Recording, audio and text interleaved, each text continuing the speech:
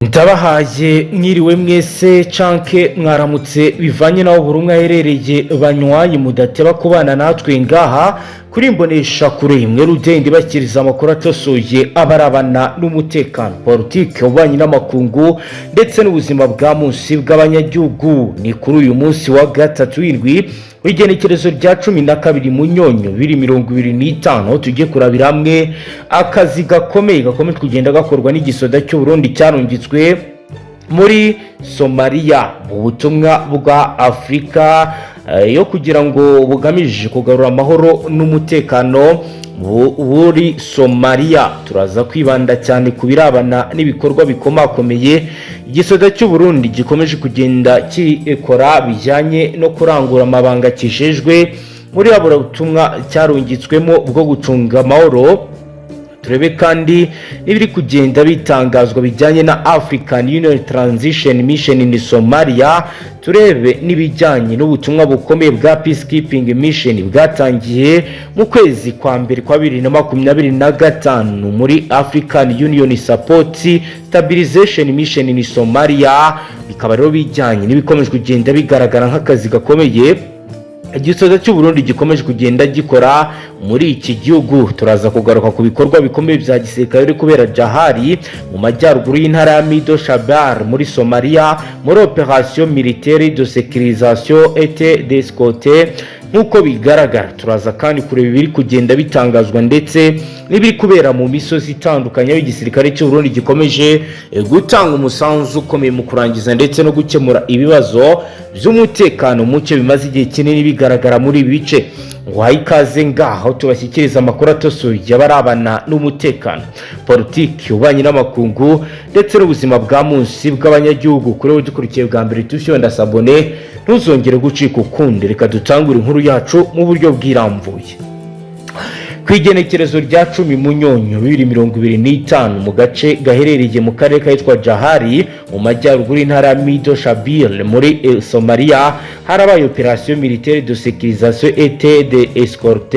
Opération y'igisirikare kurinda no gutwara abashyitsi mu mutekano yakozwe n'ingabo z'u Burundi ziri mu rwego rwa Afrika yunze ubumwe rukorera muri Somalia mu butumwa bwa African Union Support Mission in Somalia. Iyo opération yari igamije kurindaho cadre do cyasa abayobozi bakuru b'ubutumwa bwa African Union Support Mission ndetse n'abahagarariye Organisation Humanitaire Internationale imiryango mpuzamahanga y'ubutabazi bari bagiye gusura ibikorwa by'ubutabazi n'iterambere bikorwa ku bufatanye na leta ya Somalia, Federal Government of Somalia.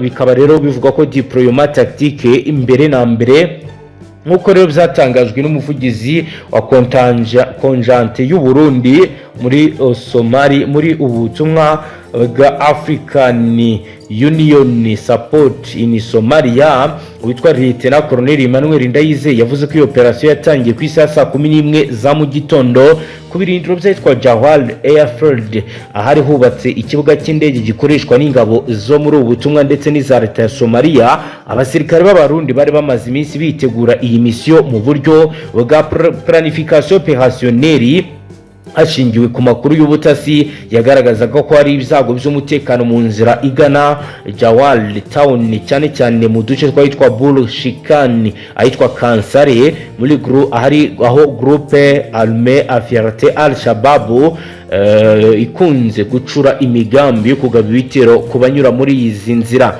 Okuro bigaragara habanje gukorwa rero formation N Corone Blende aho abasirikare Fdnb bari bashinzwe iyi mission bakoze imitwe y'imodoka convoy militaire irimo véhicule blindé regard imodoka zifite ibikoresho bikomeye byo kurinda ko batoborwa n'amasasu n'izindi za mitraille za ruru ndetse bikaba bivugwa ko izi modoka ziriho systeme de communication cryptée buryo bwo gutumatana naho butabasha kwinjirirwa n'umwanzi. Iyo convoy ikaba yari igizwe n'imodoka enye z'ingabo z'u Burundi, imodoka ebyiri z'abayobozi b'ubu butumwa, imodoka ebyiri z'abakozi b'imiryango y'ubutabazi n'imodoka imishami ry'ubuvuzi ambulance militaire. Mbere kuva ku kibuga cy'indege habanje gukorwa igenzura rya check des équipements, igenzura ry'ibikoresho harebwa chargeur plein radio opérationnel ndetse n'ibijyanye na armement individuel, intwaro z'umusirikare ku giti cye. Urugendo rwaturutse ahitwa Jawan Air Force Base rugana ahitwa Jawar Town rufite intera y'ibirometero 8 gusa, ariko ruri mu duce tuzwiho kugendwamo n'abarwanya ndetse bahungabanya umutekano bidasanzwe by'umwihariko muri Al-Shabaab. Abasirikare b'u Burundi bakoze mu wavre de reconnaissance ibikorwa byo gusaka no kureba umutekano muri ibice. Mu nzira babanje gutambuka mu gace kahitwa Barushkan, aho bashinzwe ubutasi renseignement tactique bari bamaze kumenya ko ari pillage explosive improvisé, ibisasu biba byahishwe mu butaka cyangwa mu mihanda. Ibi bisasu byari byashyizwe mu n'imitwe ya Al-Shabaab mu rwego rwo guhungabanya ibikorwa by'ingabo zo muri ubutumwa bwa African Union Support in Somalia. Abasirikare b'abarundi bo mu ishami ryitwa Jeune Militaire, abahanga mu bijyanye no kurwanya ibisasu n'imitego, bakoze opération de dominage gusokura inzira mbere bifashishije detecteur de métaux. Bikaba rero byaratanze umusaruro, ubutumwa bugenda neza mu gisagara cyitwa Jawar Town, aho abo bayobozi bagombaga gusura ibikorwa by'ubutabazi. Harimo ibikorwa byo gutanga ibiribwa, amazi meza n'imiti y'abana. Abasirikare b'u Burundi bashyizeho uburyo bwihariye bwo kubarinda, ibizwi nka permettre sécurisé. Mu mpande zose bakoze patrouille dynamique ndetse bakora poste d'observation élevée. Nkuko bigaragara ni ibikorwa rero byakozwe hakoreshejwe jumelle de vision nocturne. Ibi rero bikaba byaratumye urwo ruzinduko rw'abo bayobozi ruba mu mutekano usesuye, nta kibazo cyagaragaye kigeze kiba kuri aba bari muri ibice. Ingabo z'u Burundi zimaze igihe kirekire muri Somalia mu rwego rwo gufasha igihugu cy'inshuti kugarura umutekano nyuma y'imyaka irenga 15 hari kubera intambara ikomeye ndetse n'ibikorwa bihungabanya umutekano. Aho rero ibikorwa byabo cyane byibanda kuri operation offensive, ibitero byo gusenya ibirindiro bya Al-Shabaab, escorte de convoyés humanitaires, kurinda imodoka z'abatwara imfashanyo, formation des forces somaliennes, aho batanga imyitozo ku basirikare ba Somalia ndetse bagakora n'ibijyanye na appui logistique et sanitaire, ubufasha mu bikoresho ndetse n'ubuvuzi.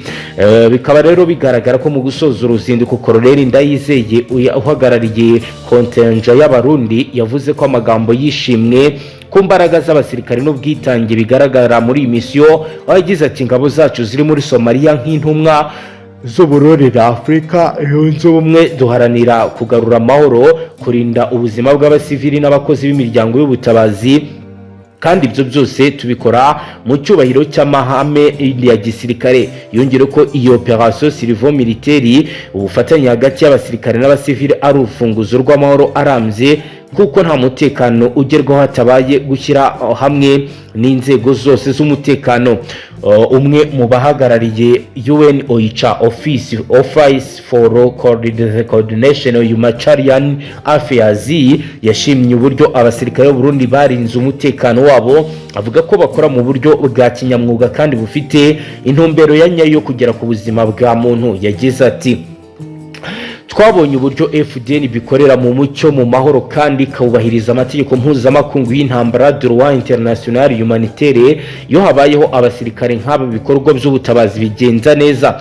Abasirikare b'u Burundi b'abarundi bamenyereye gukora ibikorwa nk'ibi binyuze mu myitozo ya buri munsi yibanda ku masomo nka technique de patrouille motorisée, uburyo bwo gucunga umutekano ukoresheje imodoka, procédure de escorte VIP, uburyo bwo kurinda abayobozi bakuru, communication tactique, uburyo bwo gutumatumanaho mu gihe cya operation première séquelle de combat ubutabazi bwihuse ku rugamba. Iyi myitozo rero yose ituma Fdnb igira discipline opérationnelle élevée ndetse ituma babasha kumenya ibice byinshi by'iki gihugu. Iyi operation ya Johal yagaragaje uburyo ingabo z'u Burundi ziri gukoresha doctrine de stabilisation aho gushyira imbere bijyanye no kurinda abasivili bagashyigikira ibikorwa by'ubutabazi no gukumira iterabwoba. Ibi bikaba bigaragaza ko Fdnb iri kubaka izina ryayo nk'ingabo zifite ubuyobozi bwo gucunga umutekano mu buryo bugenzurwa, bafite inyungu ku Burundi ndetse no mu karere k'ibiyaga bigari muri rusange. Iyo operation ku itariki ya 10 Ugushyingo 2025 muri aka gace ka Jawiri ni isomo rikomeye mu ruhare u Burundi rukomeje kugira mu bikorwa byo kubaka amahoro muri Somalia. Ingabo Burundi zagaragaje ubunyamwuga, ubushishozi, ubutwari mu kurinda ubuyobozi bw'ubu butumwa. Ni nuko dusoje banywanyi kuri udukurikiye bwa mbere tusyo ndasabone ntuzongere gucika ukundi n'amakuru ndetse n'ibiganiro tubashyikiriza ngaho zibanda cyane ku mutekano, politiki, ububanyi n'amakungu ndetse n'ubuzima bwa munsi bw'abanyagihugu. Hasta la vista.